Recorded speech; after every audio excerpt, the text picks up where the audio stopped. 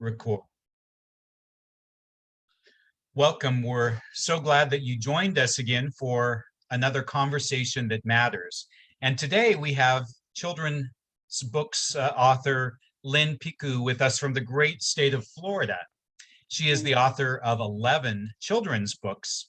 And so today, as we begin to head toward the holiday season, a time when many of us are thinking about gifts and gifting children today, we're going to be thinking intentionally about what it's like to create and tell stories for children. So Lynn, we're thrilled to have you with us today.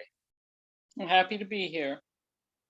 So I've got a few questions for you today, and I'm going to begin by sort of easing in with a general question. I know that for a lot of parents or guardians, one of their very favorite times of the day is when they finally get a chance to sit down and share a children's book with their children. It might be a bedtime or another assigned time during the day.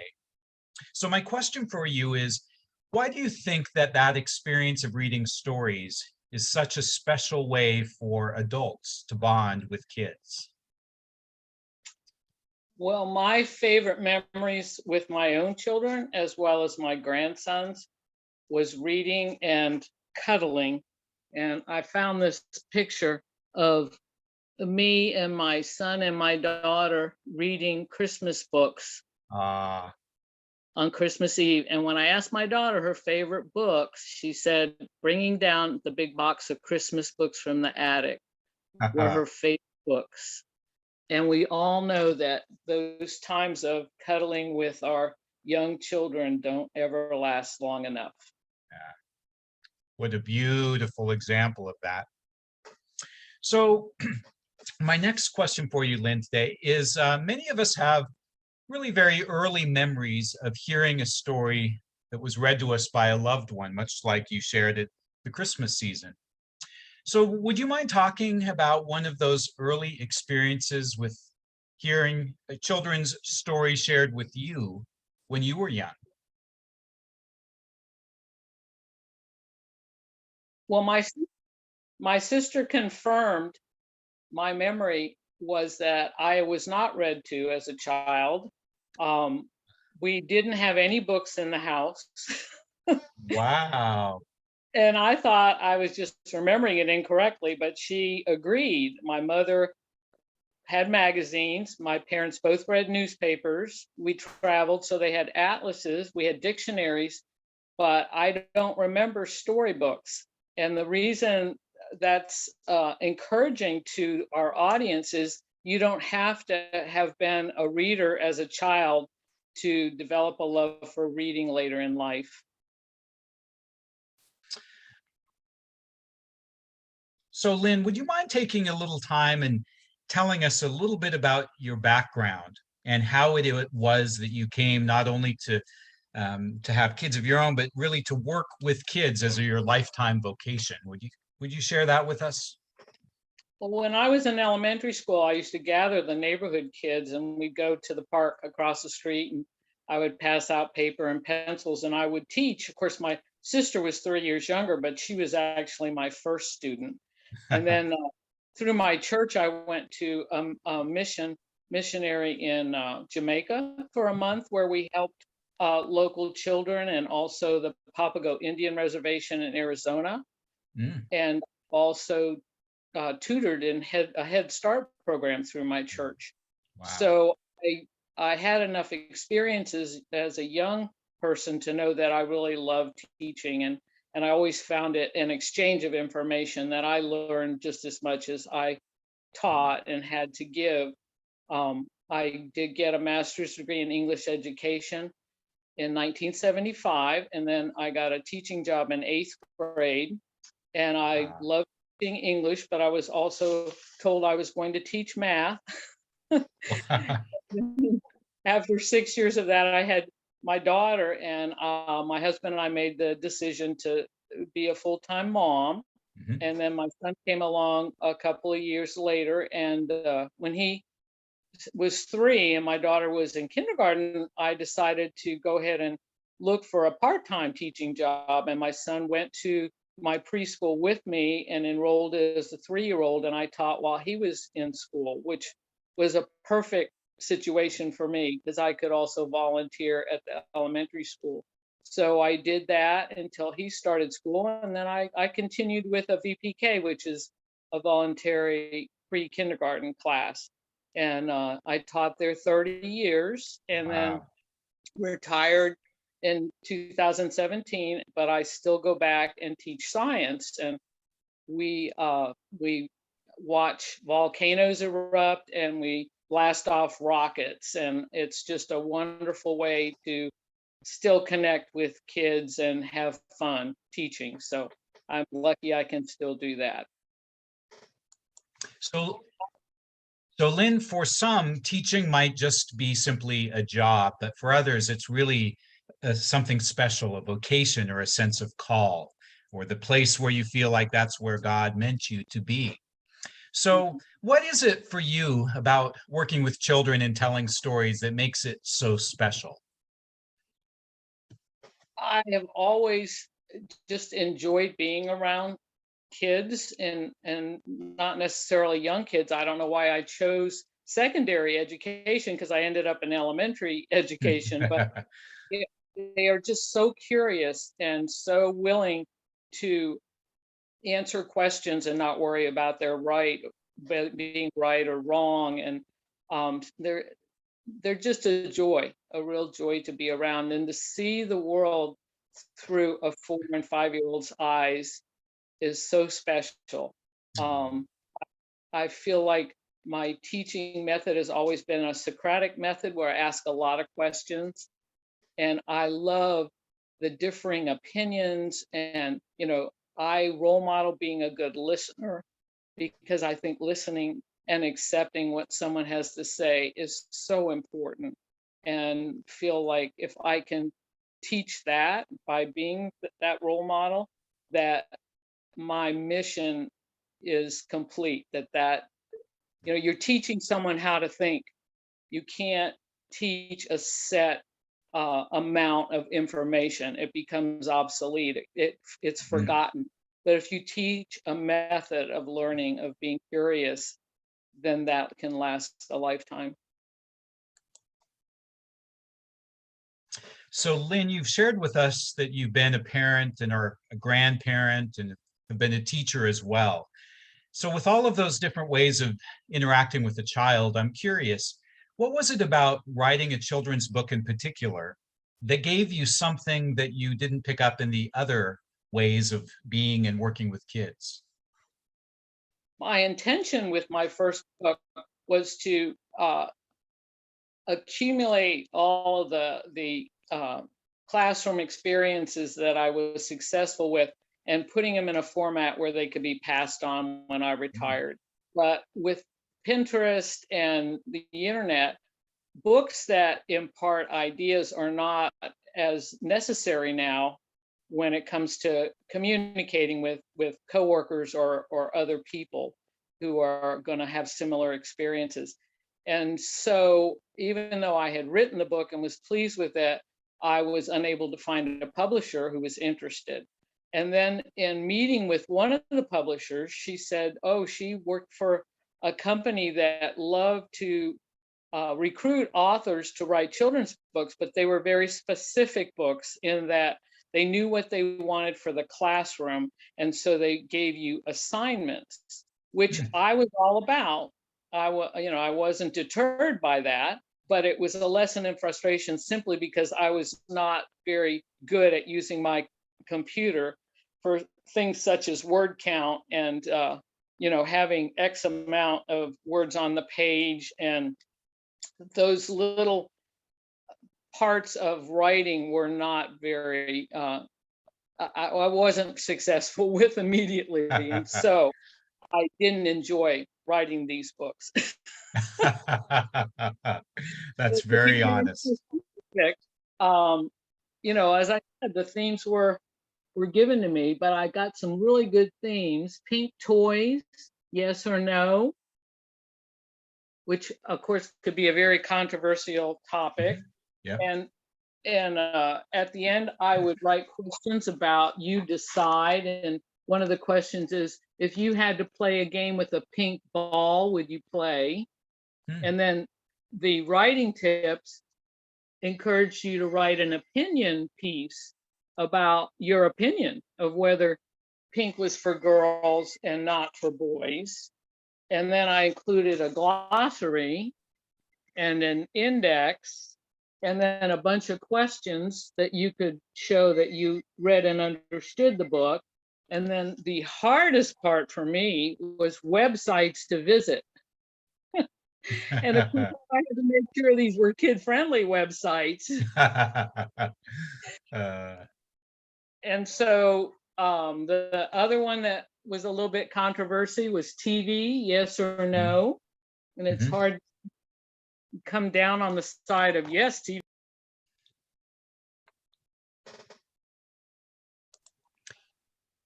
I'm sorry, we had a technical glitch there in our recording. So Lynn, you were just starting to talk about the TV yes or no book. Would you pick up where you were there?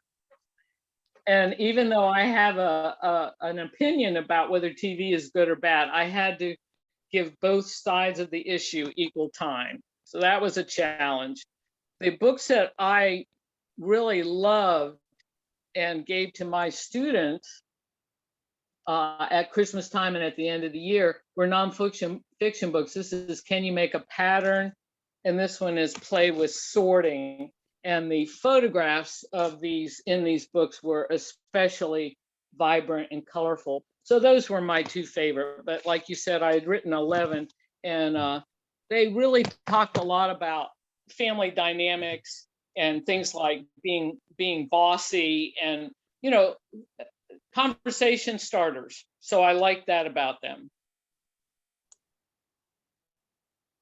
So Lynn, while we're talking about kind of the books and the content, I wonder if we could spend a moment talking about what this process of creating a children's book is like, because many of our listeners today might not have any idea of how that works.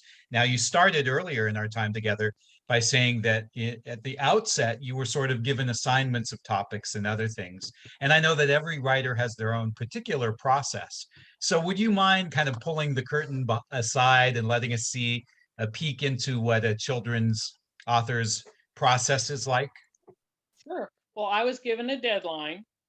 And so my strategy was to think about the topic, decide what I wanted to include, like play with sorting. I decided to use common household items, like asking a child to sort silverware when they emptied the dishwasher, and very common elements, so that the idea of sorting was a very visual Mm. part of the book. And so I would jot down notes, and then I would compose the paragraphs. Again, I had a word count per page. Mm. I used a variety of questions and exclamation points, varied my sentence structure, used a lot of colorful adjectives, a lot of details.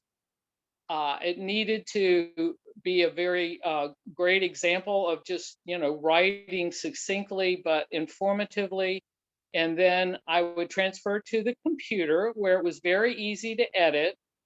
And then someone else was doing the photographs and the drawings. So it would come back to me. And then I had another deadline where I had to make sure the pictures matched the text and the index still matched, where the vocabulary could be found, and that the questions were still pertinent. And so a lot of it was just plain busy work. You'd like to have an editor to hand it to and say, here, notice discrepancies, but I did all that. Wow. Wow. Thank you for that. Thank you, Lynn, for that sort of glimpse into a process of writing a children's book. Now, I know that while there may be some similarities in the way that we write books or tell stories to both adults and children, I'm sure there are really some important differences as well. So I'm wondering if you would talk with us about the ways in which telling a children's story is a little bit different than telling one to an adult. I don't see as many differences as similarities, and I'll explain Mm, my. I think that when you tell a story, you should interact with the text, which means asking questions. So, what do you think is going to happen next, or what would you do in this situation? Because you need to engage your listener and make sure that they're still interested, or you just need to stop telling the story. You don't even need a book. You can just tell about family events.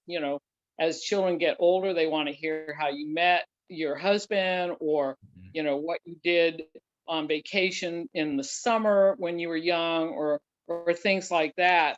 And you can always ask. You can start a story and ask someone to add to the story, and continue it that way. I mean, that's a favorite in a car.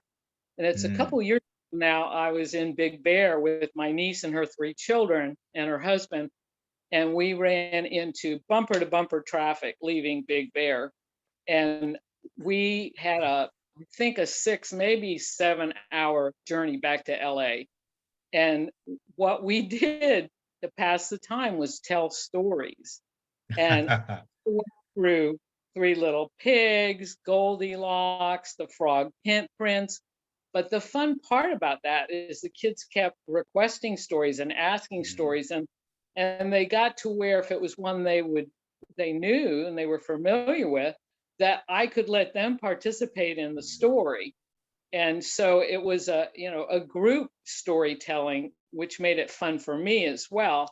And I don't care whether your audience is a mixed group or all mm. kids. If you use voice inflection, and you know like with the Three Little Pigs, of course you have to do a wolf voice, and you have to whisper sometimes, and you have to be expressive and use hand motions. Or I love using props. I mean, when I did science last time at my school, we were doing fire safety, and I wore a Smokey the Bear hat. And of course, with my mask on, they didn't see much of my face. But anything that you can make the story interesting with, for example, using the books and the props I brought, those are all helpful. It doesn't matter if it's a 5-year-old or a 65-year-old. They appreciate the variety that you can introduce in storytelling. Thank you. So Lynn, earlier you talked about a couple of your books, showed pictures and talked about the design process. And I would imagine that being an author is kind of like being a parent if you have multiple kids. It's hard to pick which of them is your favorite. You love them each in their own way. But I'm maybe ask you to go out on a little bit of a limb for us and talk about two or three of the 11 books that you've written, and tell us which ones are your favorites and why they are so special to you. Well, I'm sorry I misunderstood the question, but what I took as the question was, what are my favorite books? And I always have had conflict with classics versus new books. And Ah, so, classroom as well as with my own children, I tried to do a mixture of the classics and the fun newer books. And one of the ones that I really liked in my classroom was Pete the Cat.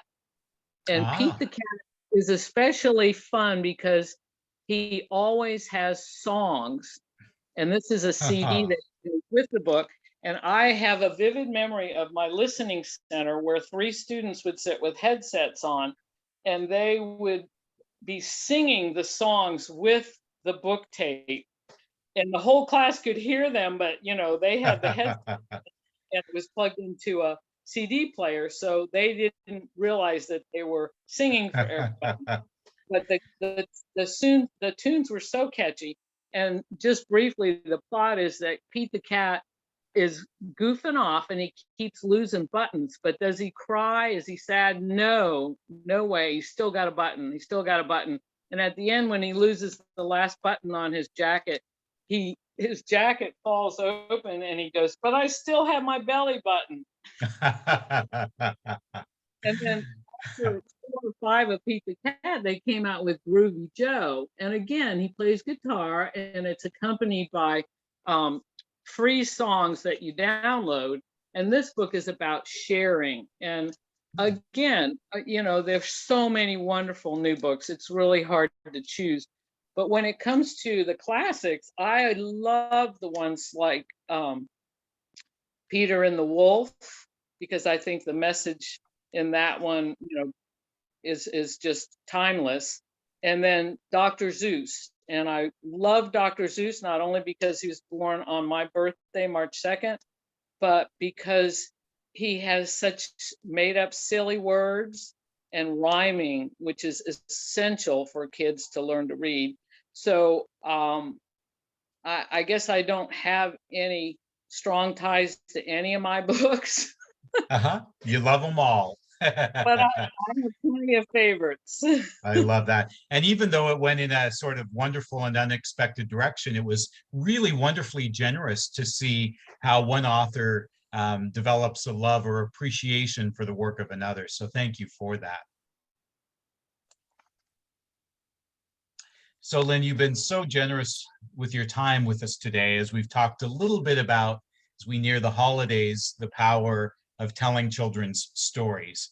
So I want to end today by asking what advice you would give to those who want to gift their children by either telling them and their own story or making it up, or even if they're sharing the stories of others with their kids. What advice would you give those adults? Well, I think the best gift you can give your children and grandchildren is to cultivate a love of reading. And one of the ways I did that was I asked my grandsons to make their own books. And my elder one loved the computer. So when he was really little, we would sit down at the keyboard and I would spell words and he would find the letters on the keyboard and he would actually make books by typing, and he would come up with all the text too.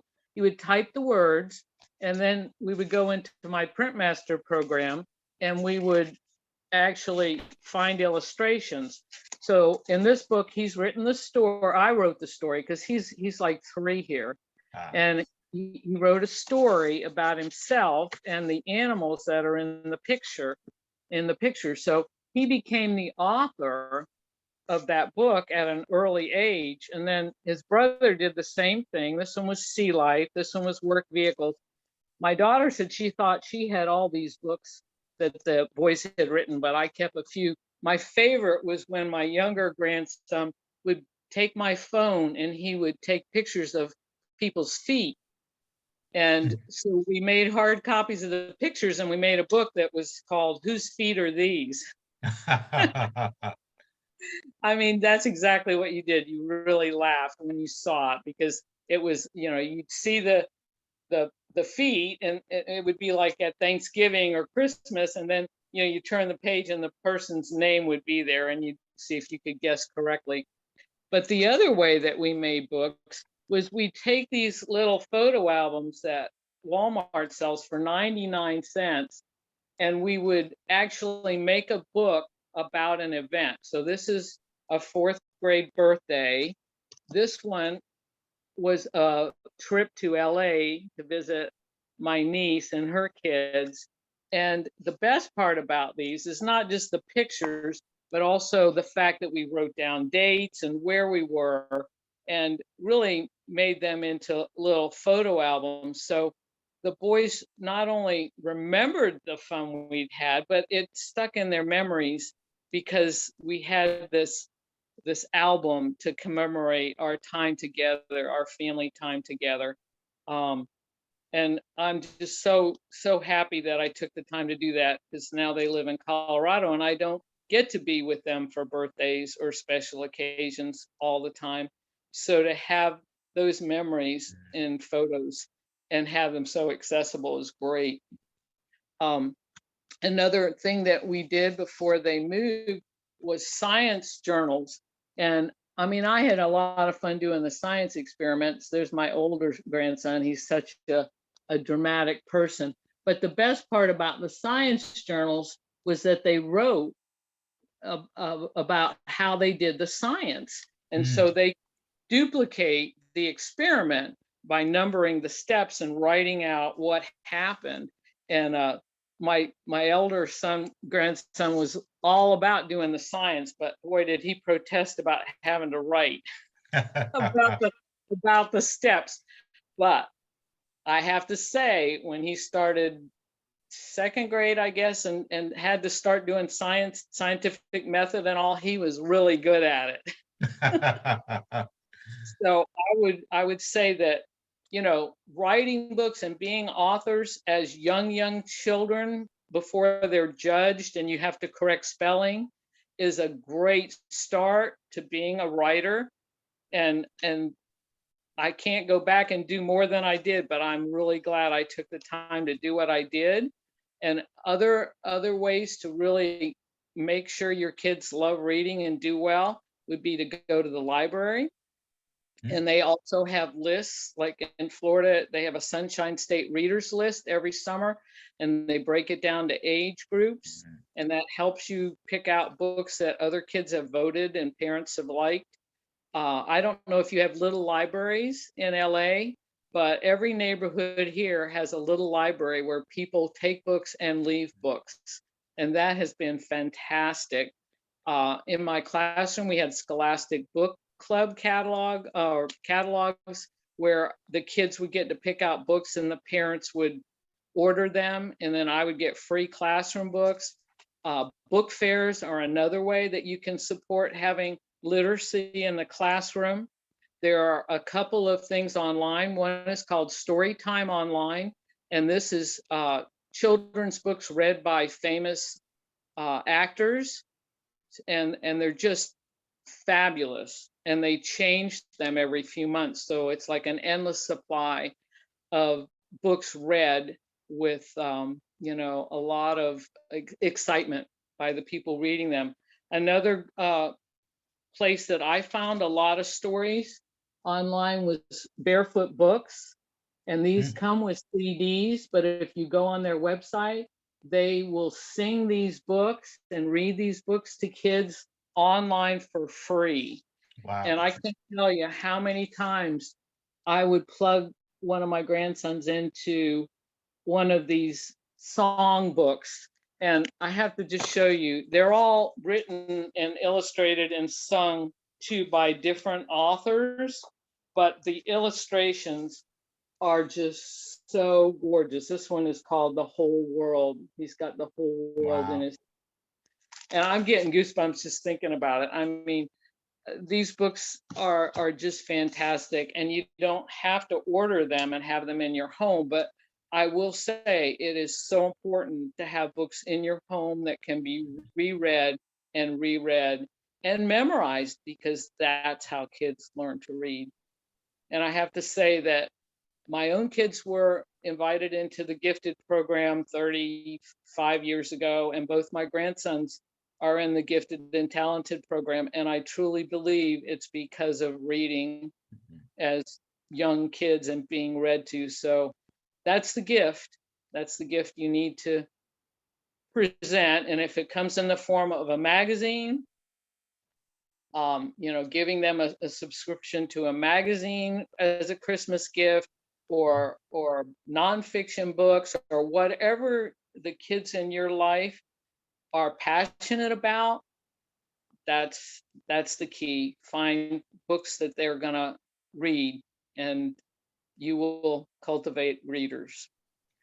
Thank you, Lynn, for being so generous with your time today and really giving us so much food for thought for as we head into this holiday season, whether we're giving our children the gift of books or simply the gift of a verbal story. It's a great way to introduce a child to the world and open him or her up to a life of exploration. So thanks, Lynn. Well, thanks for inviting me. I enjoyed gathering all my information to impart. All right. Have a great holiday. All right. Bye. Thank you.